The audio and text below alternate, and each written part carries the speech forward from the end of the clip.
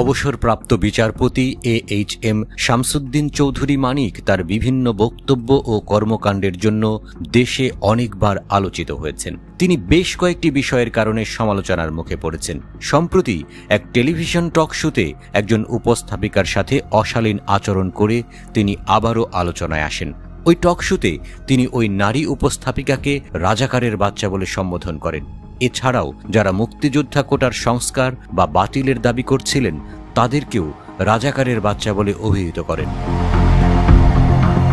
Bangladesh supreme কোর্টের appeal বিভাগের বহুল আলোচিত ও বিতর্কিত সাবেক বিচারপতি মানিক ভারতে পালিয়ে যাবার সময় বর্ডার গার্ড বাংলাদেশ বা বিজিবির হাতে আটক হয়েছেন। কিন্তু চৌধুরী মানিক সম্প্রতি বিতর্কিত হননি। তিনি দীর্ঘ প্রায় 2 দশক ধরে নানা কাজে বিতর্ক তৈরি করেছেন, আর এসব বিতর্কের কারণেই তিনি এত পরিচিত। 1968 সালে বাংলাদেশ হাইকোর্টে আইনজীবী হিসেবে কর্মজীবন শুরু করেন। 1996 সালে তিনি ডেপুটি অ্যাটর্নি জেনারেল নিযুক্ত হন এবং এরপর 2001 সালে আওয়ামী লীগ সরকার তাকে হাইকোর্টের অতিরিক্ত বিচারক হিসেবে নিয়োগ দেয়। তবে বিএনপি সরকার তার নিয়োগের বিরোধিতা করে, যার ফলে তার বিচারক হিসেবে স্থায়ী হওয়ার প্রক্রিয়া বিলম্বিত হয়। বিচারপতি মানিকের বিরুদ্ধে ট্রাফিক পুলিশের বিরুদ্ধে আদালত অবমাননার অভিযোগ থেকে শুরু করে বিচারিক ক্ষমতার অপব্যবহারের মতো অভিযোগও আনা হয়েছে। 2003 সালে ট্রাফিক পুলিশ কর্মকর্তা তার গাড়িকে স্যালুট না করায় তিনি তাদের বিরুদ্ধে আদালত অবমাননার অভিযোগ করেন। 2009 সালে আওয়ামী লীগ ক্ষমতায় আসার পর তিনি হাইকোর্টের একজন পূর্ণ বিচারক হিসেবে নিয়োগ পান। তার বিরুদ্ধে আরও একটি উল্লেখযোগ্য অভিযোগ ছিল যে তিনি বিমানের ইকোনমি ক্লাসে টিকিট কিনে বিজনেস ক্লাসে ভ্রমণ করছিলেন। এসব অভিযোগের প্রেক্ষিতে তিনি সমালোচিত হন।